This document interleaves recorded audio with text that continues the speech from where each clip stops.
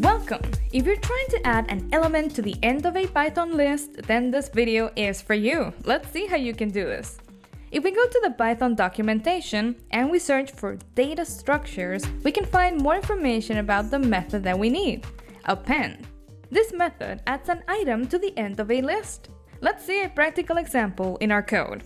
If we define the variable myList and we assign a list with the numbers 5, 6, 7, 8, and 9, we can then call the append method using dot notation on that list to add, let's say, the number 10, a new element, to the end of the list. If we print the list after calling the method and we run our code, the program in the terminal, we will see the output. Now the list has the number 10 as the last element, and this applies to any element that you need to include. Great! Now you know that the append method is exactly what you need to add an element to the end of a list.